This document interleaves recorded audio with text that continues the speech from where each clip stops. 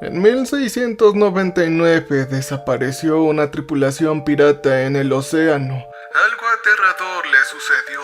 Esa es la historia. Jack Falls no es el tipo de pueblo que aparece en las revistas de viajes. Su población ronda los 3000 habitantes, o una calle principal con una ferretería y un restaurante que cierra a las 6. Además de una costa tan rocosa y hostil que hasta las gaviotas parecen estar enfadadas. El nombre del pueblo lo hace famoso en honor al capitán Jack Morgan, un pirata que supuestamente huyó de los barcos británicos en 1699 y desapareció en algún lugar de nuestra costa. La leyenda local dice que él y su tripulación llegaron a la costa con el botín, pero nunca más se les volvió a ver. La mayoría de la gente asume que escaparon en un bote de remos o murieron en las olas. Yo también lo había supuesto, hasta hace 3 meses cuando me enteré de la verdad. Mark, mi amigo, había estado obsesionado con la historia del Capitán Jack desde que éramos niños. Había crecido escuchando las historias que su abuelo le contaba sobre tesoros escondidos y cuevas secretas, de esas que suenan geniales a los 10 años y patéticas a los 27. Pero Mark nunca lo dejó pasar. Pasó años investigando viejos registros navales, estudiando los patrones de las mareas, recorriendo cada centímetro de costa buscando entradas de cuevas que coincidieran con las descripciones históricas. Su novia Sarai lo ayudó, sobre todo porque le parecía encantador su entusiasmo y porque le gustaba el senderismo. Y yo, bueno, simplemente fui porque Mark era mi mejor amigo y no tenía nada más que hacer. Cuando Mark me llamó esa mañana de octubre, pude escuchar el temblor en su voz incluso antes de que me dijera hola. «Lo encontré, Ángel, de verdad, lo he encontrado», me dijo. Él había estado explorando una sección del acantilado a unos 3 kilómetros al norte del pueblo, un lugar por el que habíamos pasado decenas de veces sin notar nada inusual, pero la reciente tormenta había provocado un pequeño desprendimiento de rocas, y Mark vio algo que lo hizo bajar e investigar. Era una pequeña abertura parcialmente oculta por siglos de erosión y escombros, pero inconfundiblemente artificial en los bordes. Había tomado fotos, medidas y coordenadas. Él quería regresar con todo el equipo adecuado para explorar. Este fin de semana o nunca, las marcas no volverán a ser tan favorables hasta el año que viene. Y ya sabes que el condado ha estado hablando de instalar cercas en todo ese tramo. Aquí está lo que nosotros estamos buscando. Ahí está el tesoro, Ángel. Sí, yo debería haber dicho que no. Tenía un montón de buenas razones. Número 1, mis rodillas no eran lo que fueron en su juventud. Número 2, yo tenía que trabajar el lunes. Y número 3, bucear en cuevas o la espeleología o como fuera que le llamaran a arrastrarse por espacios estrechos y oscuros nunca había sido mi idea de diversión. Pero Mark tenía ese mismo tono, el que indicaba que iba conmigo o lo haría sin mí. Por desgracia, lo conocía desde que teníamos 10 años. No podía dejar que mi mejor amigo hiciera algo tan tonto solo. Sarai me recogió el sábado por la mañana en la camioneta de mi amigo con la caja ya recargada con todo el equipo. Habían cascos con luces, cuerdas, mosquetones, un botiquín de primeros auxilios que parecía de uso militar, además de barritas energéticas, botellas de agua y lo que parecía ser un pequeño mazo. «Es por si acaso necesitamos ampliar algo», explicó Sarai al verme mirándola. Ella era alta y atlética. Por lo que me contó Mark, corría maratones por diversión y tenía opiniones sobre mochilas de hidratación específicas. Trabajaba como fisioterapeuta y abordaba la búsqueda de tesoros de Mark con el mismo entusiasmo práctico con el que ella ayudaba a personas a recuperarse de una cirugía de rodilla o algo así. «Mark ya está ahí haciendo una exploración preliminar. Lleva despierto desde las 4 de la mañana», dijo ella. El viaje duró 20 minutos, los últimos 5 por un camino de tierra que apenas podía considerarse sendero. Aparcamos donde los árboles dieron paso a la maleza y las rocas dentadas con el océano visible como una línea gris azulada en la distancia. El viento que venía del agua era tan frío que picaba. Mark ya nos esperaba al borde del acantilado, casi vibrando de emoción. Había preparado un sistema de cuerdas para facilitar el descenso y nos los explicó 2 veces antes de empezar. El descenso no fue horrible, quizás 9 metros de trepada cuidadosa, pero fue suficiente para acelerarme el corazón. La entrada de la cueva era tan poco impresionante como temía. Era una grieta en la pared rocosa de unos 90 centímetros de alto por 60 de ancho. Mark había retirado algunos escombros más pequeños, pero aún parecía un desastre. «Oye, ¿estás seguro de hacer esto?», pregunté. «Los registros históricos son claros. Hay diarios navales británicos del HMS Dartmouth fechados en noviembre de 1699. Ellos persiguieron la tripulación de Morgan hasta este mismo tramo de costa. Los piratas llegaron a la costa, pero nunca regresaron. El capitán naval asumió que tenían un barco esperando al otro lado de la península, pero no hay constancia de que el capitán Morgan o siquiera su tripulación volvieran a la superficie. 18 hombres, Ángel, 18 hombres y una bodega de carga llena de plata española simplemente desaparecieron, así sin más», dijo Mark. «Ah, sí, bueno, tal vez ellos quizás se ahogaron», dije. «Si fuera así, ¿dónde están los malditos cuerpos?». Los ojos de Mark tenían ese brillo que reconocía, el que indicaba que ya había tomado una decisión y solo estaba siguiendo la conversación. «Esta cueva lleva a alguna parte, siento el aire moviéndose. Hay un espacio secreto ahí adentro», dijo. Sarai ya estaba poniéndose su casco y comprobando la luz. «Nos mantendremos unidos en contacto por la radio, y si algo no va bien, vamos a regresar. ¿Trato hecho?», dijo ella. Yo quería decir que no, negarme. Quería sugerir que llamáramos a alguien que fuera autoridad, consiguiéramos los permisos necesarios e hiciéramos esto correctamente, pero podía ver la desesperación en el rostro de mi amigo, la forma en que sus manos abrían y cerraban constantemente. Esta era su ballena blanca, su única oportunidad de demostrar que todos estos años de investigación no habían sido en vano. Sarai ya estaba revisando su equipo. La abertura estaba justo ahí y ya me estaba poniendo el casco. Nosotros entramos en fila india. Mark primero con la luz más grande, luego Sarai y yo cerrando la marcha. No soy muy grande, pero la entrada seguía siendo un poco estrecha. Tuve que girar los hombros y exhalar para pasar. La roca me rozaba la espalda y el pecho a la vez. Durante unos 3 metros sentí como si me tragaran. Las paredes me presionaban por todos lados y de repente la abertura se abrió. La primera cámara tenía el tamaño de un dormitorio grande, con el techo lo suficientemente alto como para estar de pie en casi cualquier sitio. Nuestras luces atravesaban la oscuridad, revelando paredes de piedra tosca y un suelo con una suave pendiente. El aire era fresco, pero no tan frío, con un ligero olor que no podía identificar. Era mineral, tal vez se trataba de sal. Sin embargo, había algo más orgánico debajo de todo esto. «Mira, ¿lo estás viendo? Esto es definitivamente obra del ser humano. ¡Mira las paredes!», resonó levemente la voz de mi amigo. Sepp tenía razón.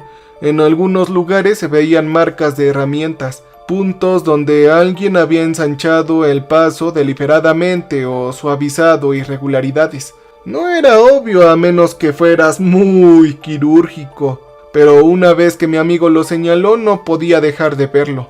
Nosotros nos adentramos más. La cueva se bifurcaba 2 veces, pero Mark parecía seguro de qué camino tomar, consultando un mapa dibujado a mano que había hecho basándose en su investigación. Había superpuesto cartas navales británicas con estudios geológicos y folclore local, creando una composición que supuestamente mostraba la ruta más probable que habrían tomado estos piratas.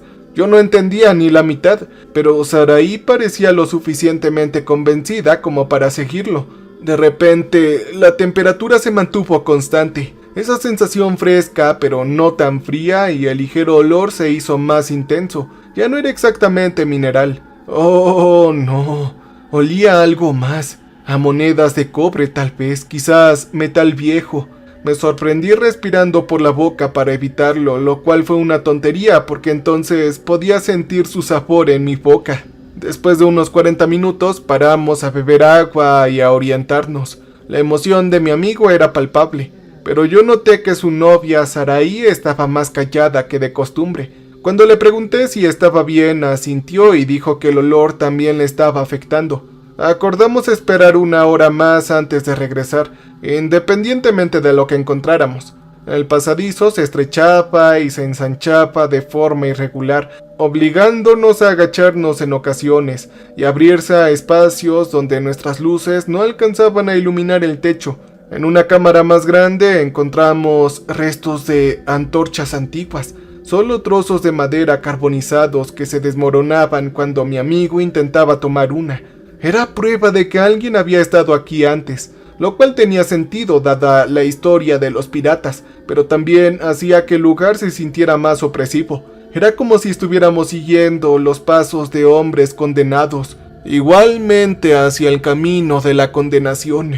¡Ahí está!, dijo Sara de repente, apuntando su luz hacia la pared. Rayadas en la piedra apenas visibles habían marcas. No eran arañazos casuales, sino eran cortes deliberados, símbolos que podrían haber sido letras desgastadas por el tiempo.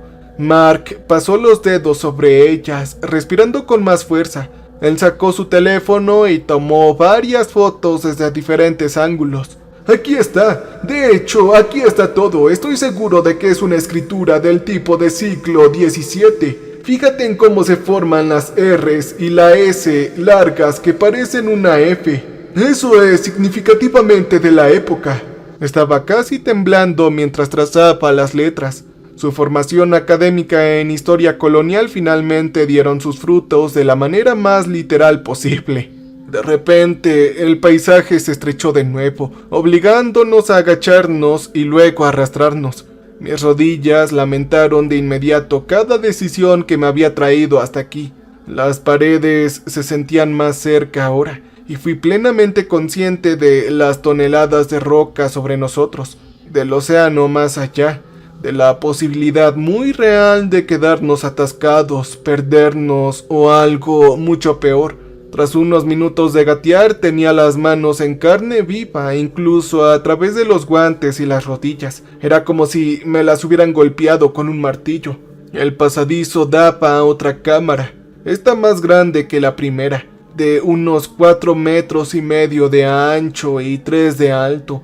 Nuestras luces iluminaban las paredes, revelando más marcas de herramientas y lo que parecían ser antiguas quemaduras de antorchas.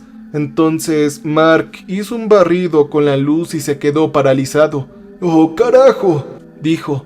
Un esqueleto estaba desplomado contra la pared del fondo, aún con los restos podridos de lo que podría haber sido un abrigo pirata. La tela hace tiempo que se había degradado a jirones marrones, pero aún se distinguían lo que podrían haber sido botones de latón esparcidos por el suelo. El cráneo se había inclinado hacia adelante, con la mandíbula abierta en un grito silencioso y un brazo extendido como si estuviera buscando algo. Alrededor de los huesos había un trozo de cuero, un cuchillo oxidado casi completamente corroído, y lo que parecían ser los restos de un pequeño barril. Las duelas de madera se habían derrumbado hacia adentro. Saraí gritó como si le hubieran dado un puñetazo. Mark, mi amigo, se quedó ahí mirando fijamente, con la luz fija en el cadáver. ¿Esto es completamente real o lo estoy imaginando?, preguntó Sara. Esto es real, cariño. Mira la ropa, mira el estilo del abrigo, sus botones. Es de finales del siglo XVII. Lo puedo apostar. Es uno de ellos, uno de la tripulación de Morgan. La voz de Mark era apenas un susurro. Él se acercó con cuidado de no tocar nada, iluminando los restos con la luz. Pero lo que nos hizo detenernos a todos en seco y mirar fijamente fue la pared detrás del esqueleto. Alguien había grabado palabras en la piedra, no solo unas pocas marcas, oh no, sino párrafos enteros. Letras toscas pero deliberadas, claramente hechas con algo pequeño y afilado, probablemente un cuchillo, durante lo que debieron de haber sido días o semanas. El texto comenzaba en lo alto de la pared y descendía en columnas irregulares, haciéndose más difícil de leer a medida que descendía. Mi amigo Mark se acercó iluminando el texto con la luz y empezó a leer en voz alta, con su voz temblando ligeramente. Esto era lo que decía: 15 de noviembre de 1699. Ahora somos 12 en la tripulación. La cueva es más profunda de lo que nosotros pensábamos, pero el capitán dice que hay una forma de llegar al otro lado de la península. Sin embargo, Davis y Moncton salieron a buscarla hace 2 días y no han regresado. A veces los escuchamos llamando desde allá abajo, pero los buscamos y no encontramos nada. La letra era tosca, la ortografía era inconsistente, propia de hombres que habían aprendido las letras en su vejez, pero el mensaje era claro. Mark bajó la linterna y encontró más texto grabado con líneas temblorosas. 18 de noviembre. A partir de ahora la comida escasea. El capitán Morgan ha ordenado racionarla. No nos atrevemos a regresar por donde hemos venido. Los perros de la marina seguramente están esperando en la entrada. James jura haber escuchado a David llamando desde abajo, pero los buscamos y no encontramos nada. El aire huele muy mal aquí abajo. Thomas dice que es la humedad, pero yo sé que no es así. Algo no anda bien por aquí. Hay algo maligno con nosotros. Dios mío, suspiró Sara al escuchar esto. Se acercó a mí y me di cuenta de que estaba temblando. Había más texto. Las letras se volvían más apresuradas y erráticas a medida que descendían por la pared. Era como si el escritor se hubiera quedado sin espacio, tiempo o tal vez cordura. 22 de noviembre. 5 más de nuestros tripulantes se han marchado. Se adentraron más en busca de otra salida, buscando aire fresco, buscando cualquier cosa menos esta tumba. El capitán Morgan me temo que está cambiando. Habla de voces en la oscuridad. William dice que el tesoro está maldito y que deberíamos abandonarlo en el agujero más profundo que encontremos. Pero el capitán no quiere escuchar hablar de esto. Lo guarda como un dragón guarda el oro en las viejas historias que contaba mi madre. Las paredes se sienten calientes a nuestro tacto, lo cual no tiene sentido a estas alturas. Estamos muy por debajo del alcance del sol. El agua que gotea es espesa y pegajosa, no tan limpia como debería. Esta cosa deja manchas en nuestra ropa. Jacob bebió un poco ayer a pesar de las advertencias y ha estado enfermo desde entonces. Él no puede dejar de hacer del baño. El olor es terrible, decía. Yo extendí la mano y toqué la pared donde la escritora había mencionado el calor. Sí, el cadáver tiene razón, estaba caliente. No caliente, pero sí claramente más caliente de lo que debería estar a estas alturas. Al menos 10 grados más caliente que el aire circundante. Yo retiré la mano y encontré las yemas de mis dedos ligeramente húmedas con el mismo residuo pegajoso. Oye, Mark, sigue leyendo, dije. Mi amigo continuó. Su luz se movió hacia un texto que apenas era legible ahora. Las letras estaban rayadas tan fuertes y rápido que habían sido arañado las piedras en algunos lugares, dejando surcos profundos en lo que nuestras luces proyectaban sombras. 27 de noviembre, ahora quedamos 3. Jacob murió ayer. Lo enterramos en el túnel, pero esta mañana ya no estaba. Era como si la cueva se lo hubiera tragado. El capitán se ha llevado el tesoro y a Thomas a lo más profundo de la cueva. Dice que las voces le indicaron a dónde ir. Está loco. Creo que todos lo estamos en el fondo. Sé que la cueva respira, lo juro. De noche lo escucho. Es un bramido tan potente como el de una ballena. Las paredes palpitan. Ayer vi a John Carver incrustado en la roca hasta la cintura. Aún estaba vivo pero incapaz de moverse, siguiéndome con la mirada al pasar. Me rogaba ayuda pero no sabía qué hacer. Intenté desenterrarlo pero la roca era blanda como arcilla y solo se hundía más y más. Cuando regresé horas después ya no estaba. Solo quedaba una mancha, como si alguien hubiera derramado vino. Esa cosa de las cuevas sé que tiene hambre y se alimenta lentamente saboreando nuestras penas. Muy bien, Mark, detente, está bien, debemos regresar, dije. ¿Estás loco? Aquí está todo, amigo. Este es el registro histórico de lo que les pasó. Además, no te olvides del tesoro. Dice que el capitán lo dejó más profundo. Eso significa que todavía está aquí abajo, dijo él. Mark, este hombre estaba perdiendo la cabeza. ¿Cómo puede decir que las paredes respiran? ¿Y cómo es que hay gente incrustada en las rocas? Ya estaba hambriento y deshidratado, dijo Sara, pero percibí la incertidumbre en su voz.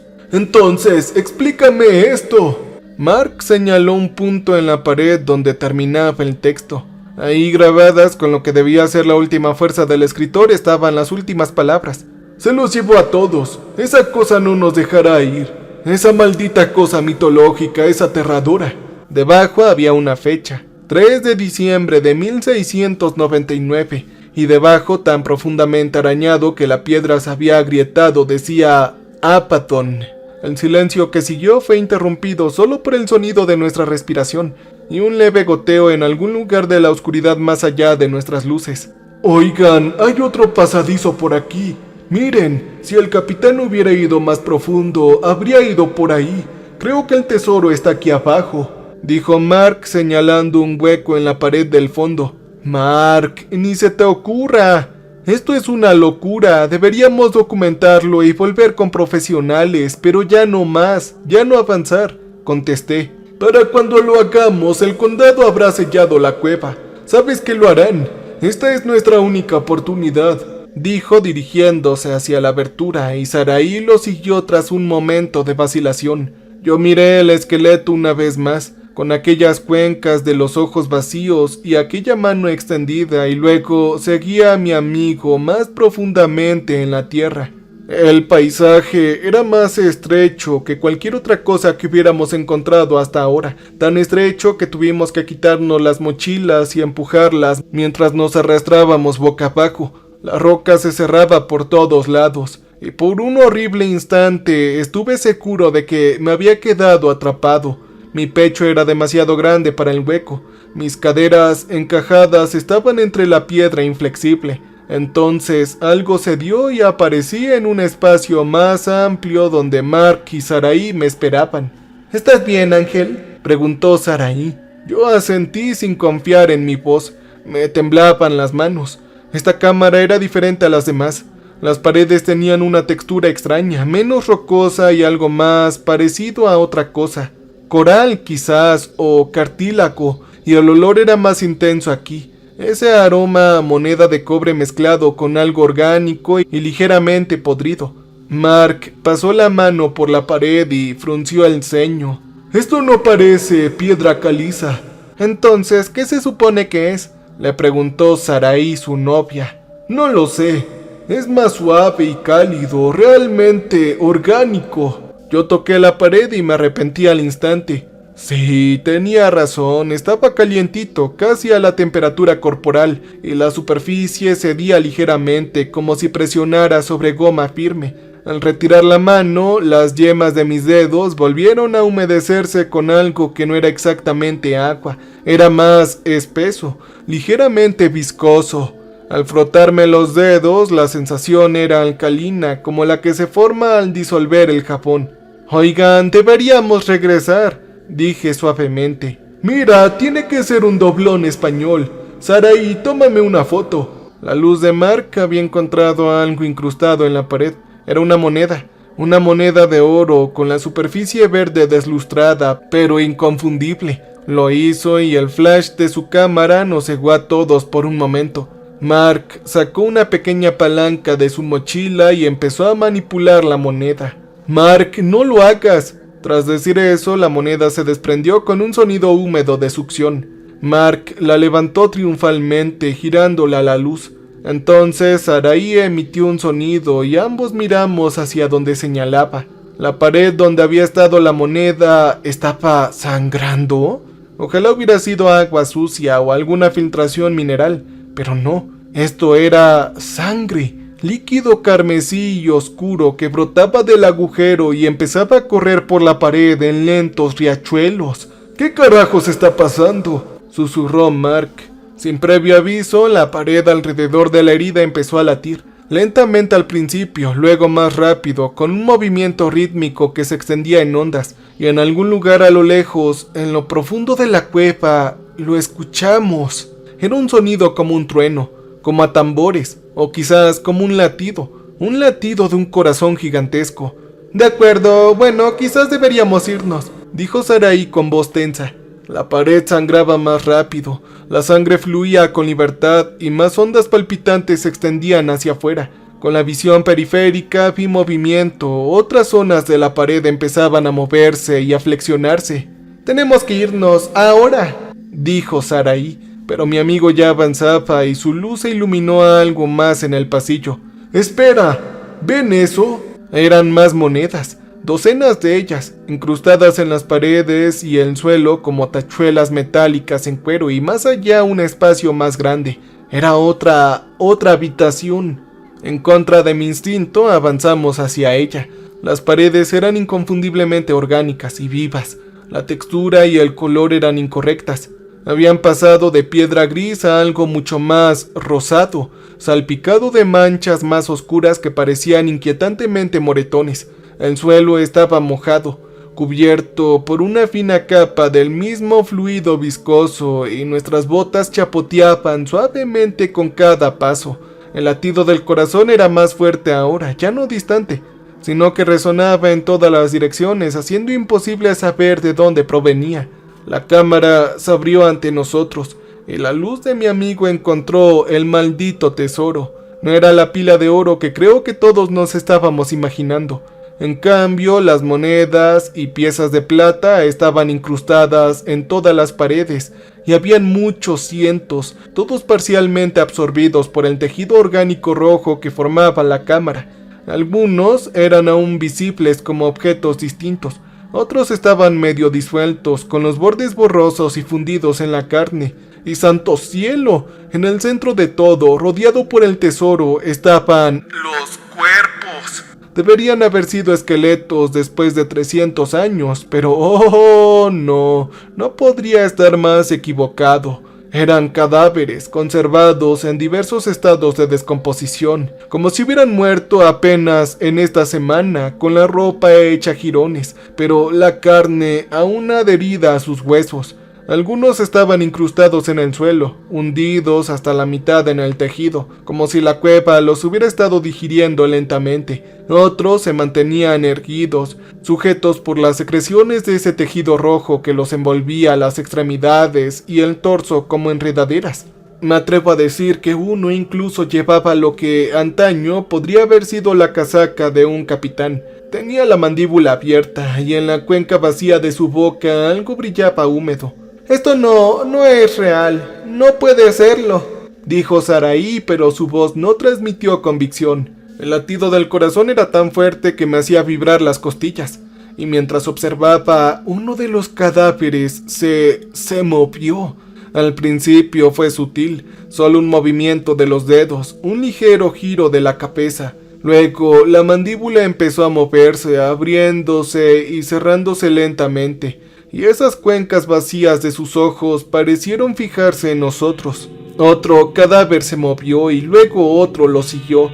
El tejido que los mantenía en su lugar comenzó a latir y a contraerse, impulsándolos hacia adelante, ayudándolos a moverse. Estos se separaron de las paredes con húmedos sonidos desgarradores, dejando tras de sí cavidades oscuras que inmediatamente comenzaron a cerrarse.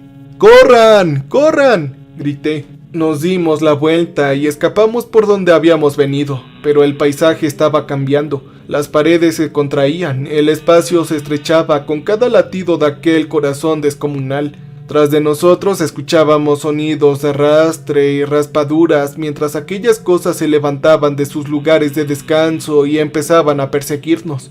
Mi amigo llegó primero al punto de compresión y se abalanzó sobre él, rozando la pared con su mochila. Sara fue la siguiente, y pude verla forcejear.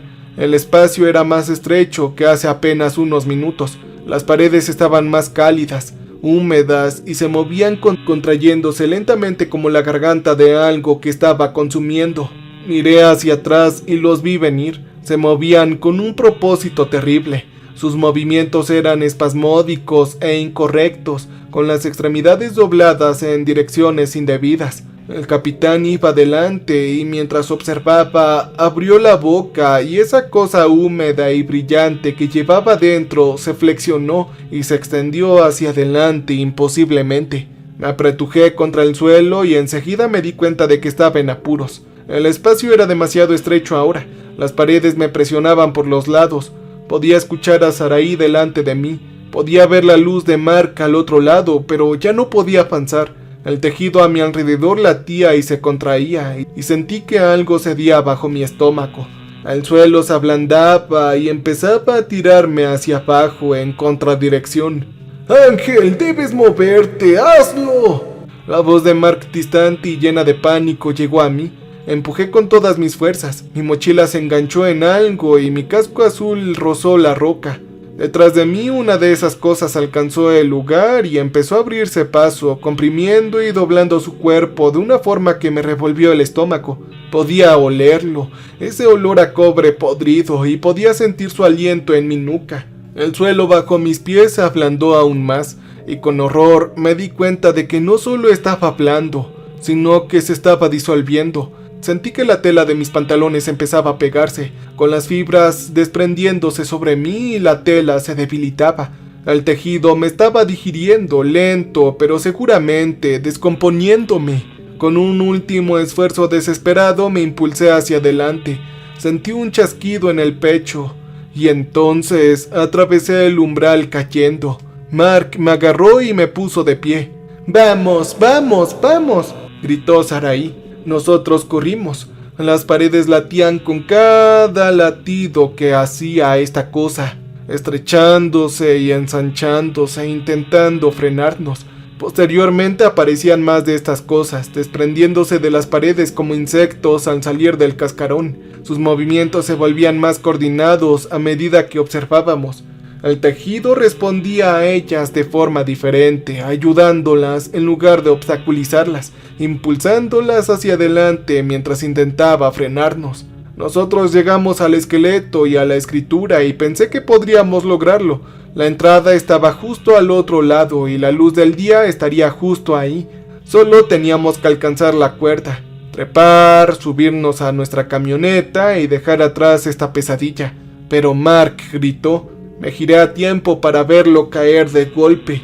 El primer esqueleto que vimos se aferró a su tobillo con un agarre que le hizo gritar de dolor. Su casco salió volando. La luz giraba por el suelo. Más de estas cosas entraban por el pasillo detrás de nosotros. Al menos 5 o 6 que pude ver y más allá de ellos. Mark ahora estaba boca abajo, pateando frenéticamente con su pierna libre, intentando soltarse. Lo que lo tenía atrapado no lo estaba soltando. Sus dedos se habían hundido en sus pantalones, y donde lo sujetaban pude ver manchas oscuras extendiéndose, con la tela disolviéndose bajo su tacto. Sarai se abalanzó sobre él sin dudarlo, agarrándolo de los brazos, intentando liberarlo. Su rostro estaba contraído por el esfuerzo y el horror, y las lágrimas corrían por sus mejillas. «Te tengo, amor, te tengo. Solo aguanta un poco», le dijo Sarai a Mark, pero la cosa iba ganando, arrastrándolo poco a poco hacia los demás. Los dedos de mi amigo arañaron el suelo de piedra, dejando rastros de sangre. Sus ojos encontraron los míos, y en ellos vi un horror absoluto. «Ángel, ayúdame». Yo di un paso adelante, apreté los puños. Todo mi instinto me gritaba que los ayudara, que agarrara el otro brazo de Mark, que los ahuyentara con lo que me quedaba. Y entonces vi lo que había detrás de mi mejor amigo. Eran más de ellos, al menos una docena, avanzando torpemente desde los túneles más profundos en esos movimientos espasmódicos, con el cuerpo encorvado. El capitán Morgan estaba entre ellos, con su abrigo podrido aún colgando de los hombros, y su mandíbula temblaba lentamente como si intentara hablar. Tras de ellos el paisaje se cerraba, las paredes se contraían en ondas visibles. El tejido orgánico se flexionaba y pulsaba al moverse. La abertura ya tenía la mitad del tamaño que antes y se hacía más pequeña con cada latido. Saraí me miró, todavía sujetando a mi mejor amigo, y en sus ojos vi la misma revelación que acababa de tener. No había tiempo. Incluso si liberábamos a nuestro amigo ahora mismo, incluso si de alguna manera lográbamos pasar esas cosas, el pasaje se estaba derrumbando y teníamos escasos segundos, quizás 30 o quizás menos, antes de quedar encerrados aquí para siempre con esas cosas y esta pesadilla que respiraba y comía. Entonces el paisaje se contrajo aún más. Sí, teníamos 20 segundos. Ángel, por favor, no me dejes. Saraí, cariño, no dejes que Ángel me deje aquí. La voz de mi amigo se quebraba, quebrándose por el miedo y el dolor y su desesperación. Vi que el paso que tenía delante se estrechaba aún más. La abertura ahora apenas medía 1 metro, quizás teníamos 15 segundos ahora. Vi las cosas acercándose más, con sus manos extendiéndose, sus bocas trabajando en silencio. Ahora teníamos 10 segundos.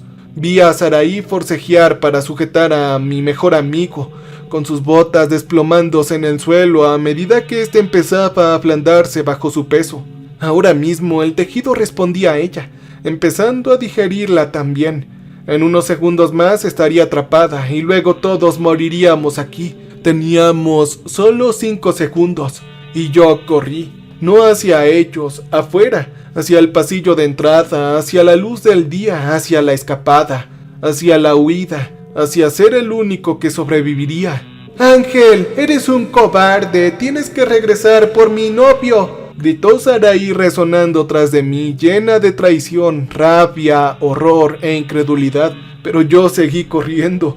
Mis botas golpeaban la piedra que rápidamente se convertía en carne, hundiendo ligeramente cada paso antes de impulsarme de nuevo.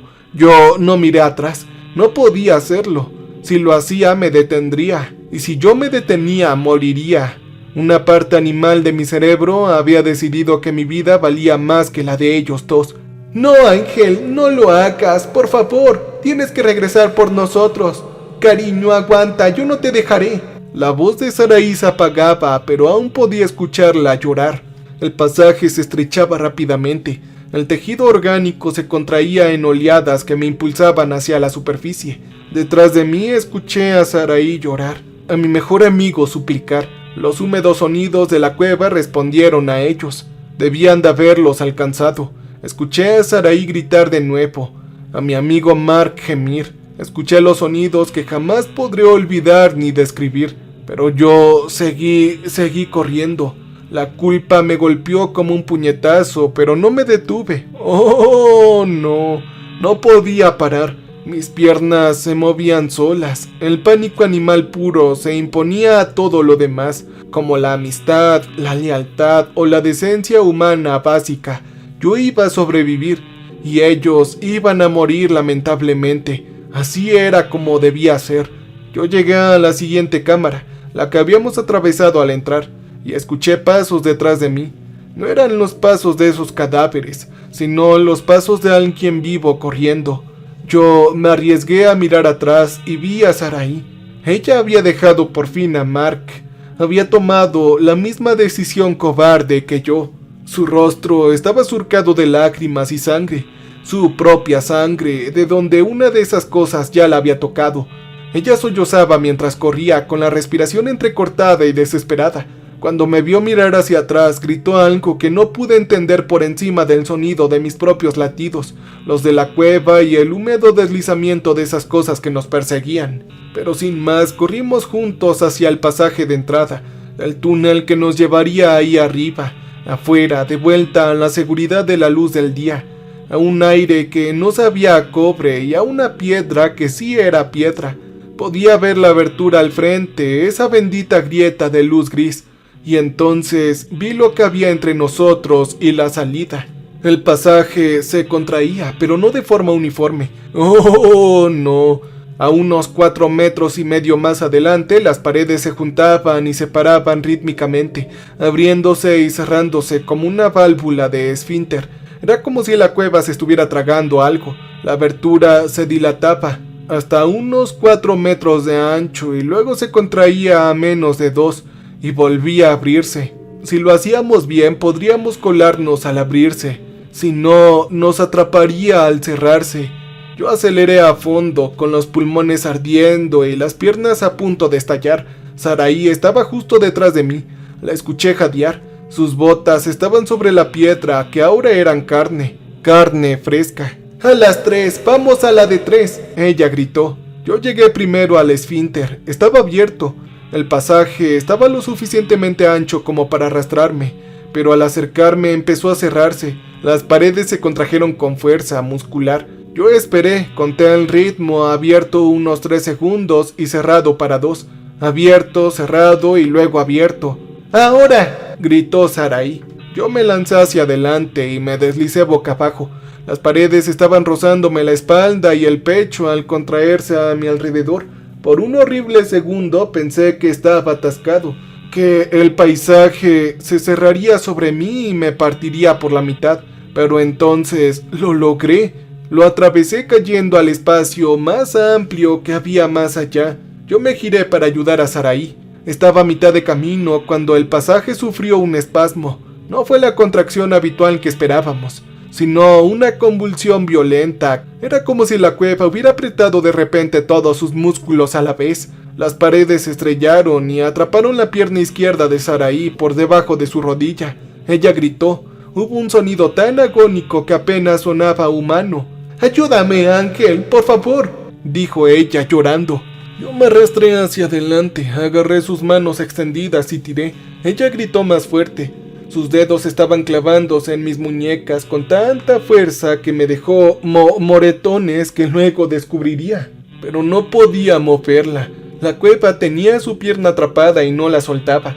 Cuando miré hacia abajo entendía el porqué. El suelo bajo ella se ablandaba, pasando de piedra con textura de carne a carne de verdad. Su pierna atrapada se hundía en él. La tela de sus vaqueros se disolvía al tocar el tejido, y el tejido subía por su pierna, subiendo más alto, empezando a absorberla. Podía verlo extenderse, ver cómo sus pantalones se desintegraban, ver cómo su piel empezaba a ampollarse y a derretirse al contacto de la carne.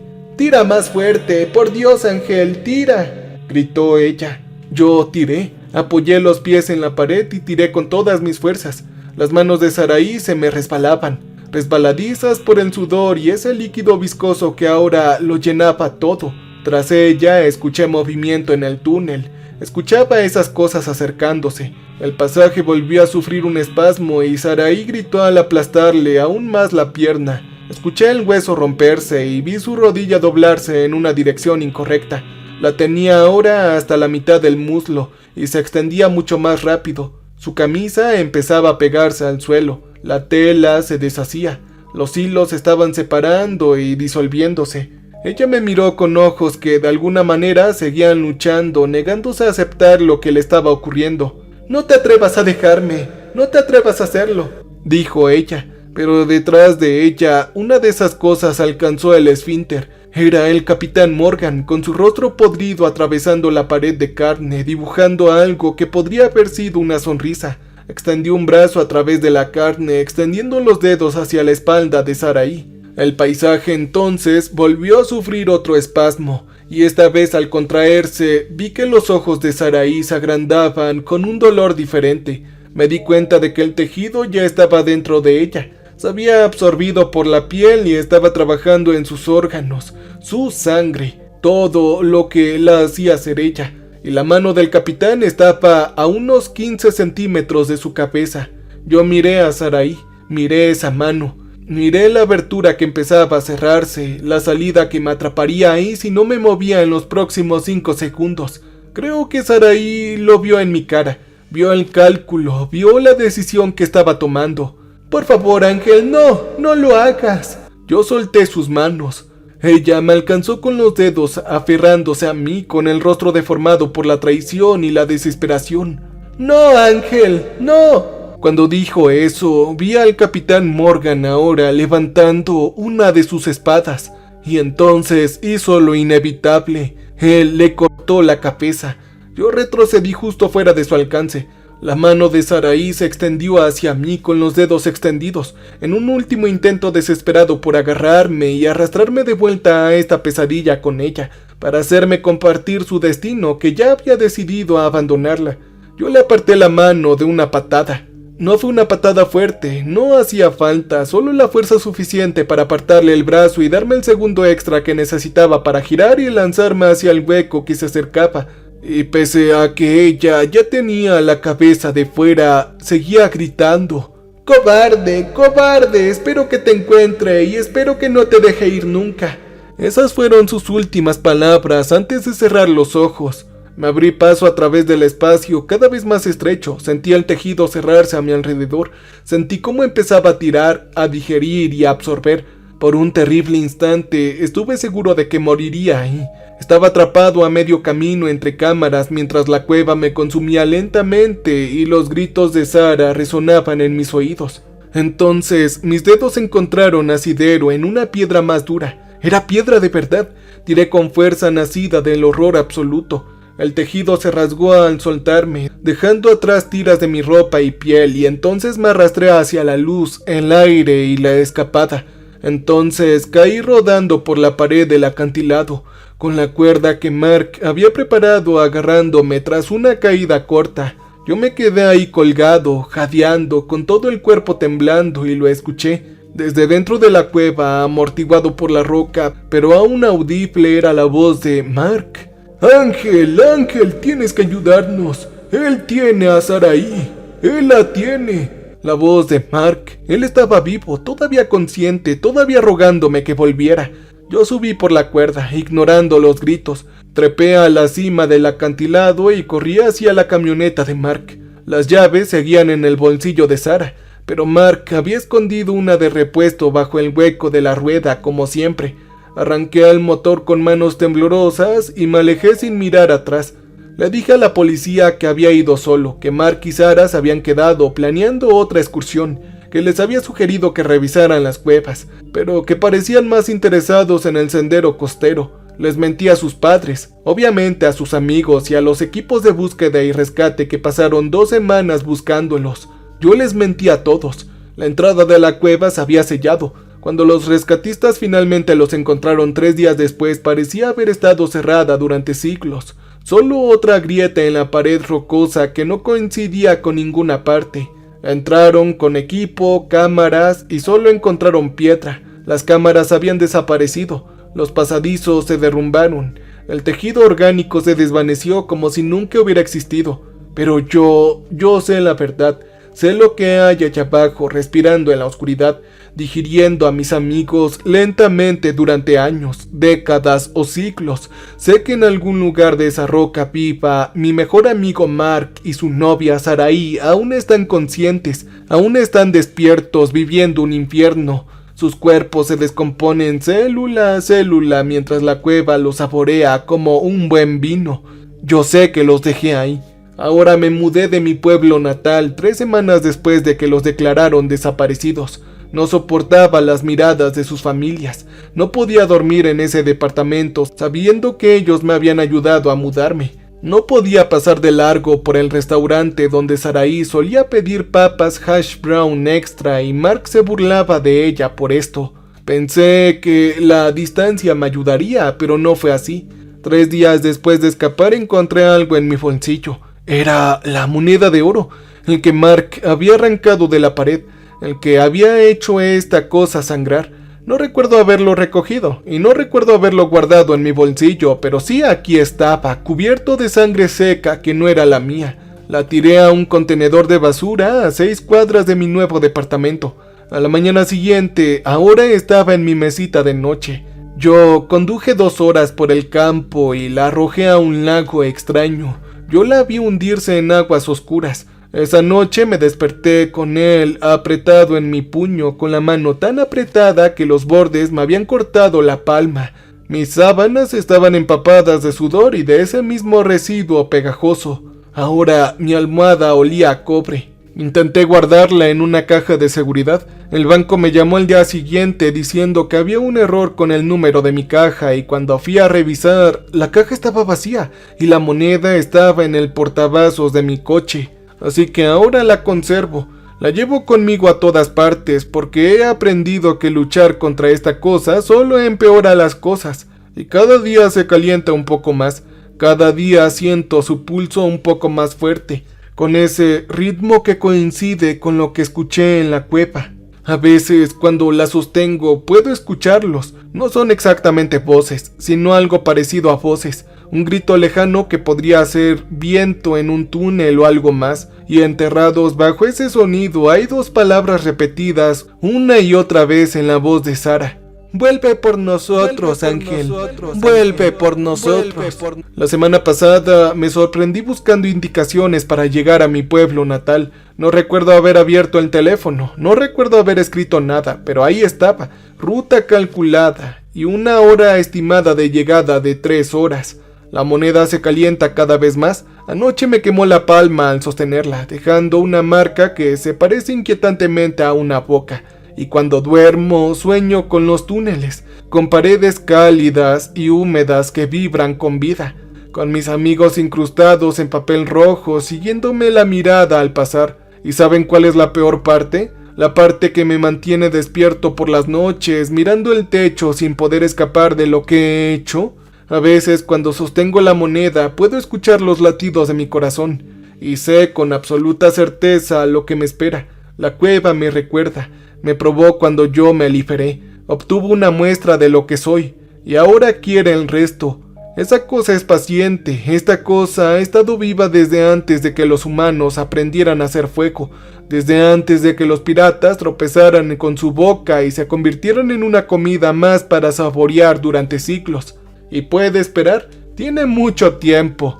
Y tarde o temprano, ya sea por culpa, curiosidad o alguna distracción que ni siquiera puedo comprender, sé que volveré, porque sé que Abaddon es paciente y tiene hambre. Si estás escuchando esto y vives cerca de las cataratas de Jack, aléjate de los acantilados al norte del pueblo. No busques entradas a cuevas ni tesoros piratas perdidos.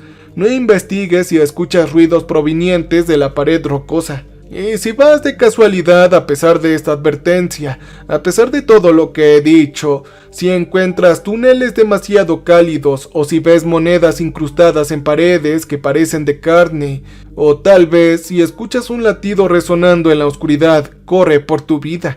No mires hacia atrás, no intentes salvar a nadie y no lo dudes. Solo corre, no importa si es tu mejor amigo o la novia de tu mejor amigo.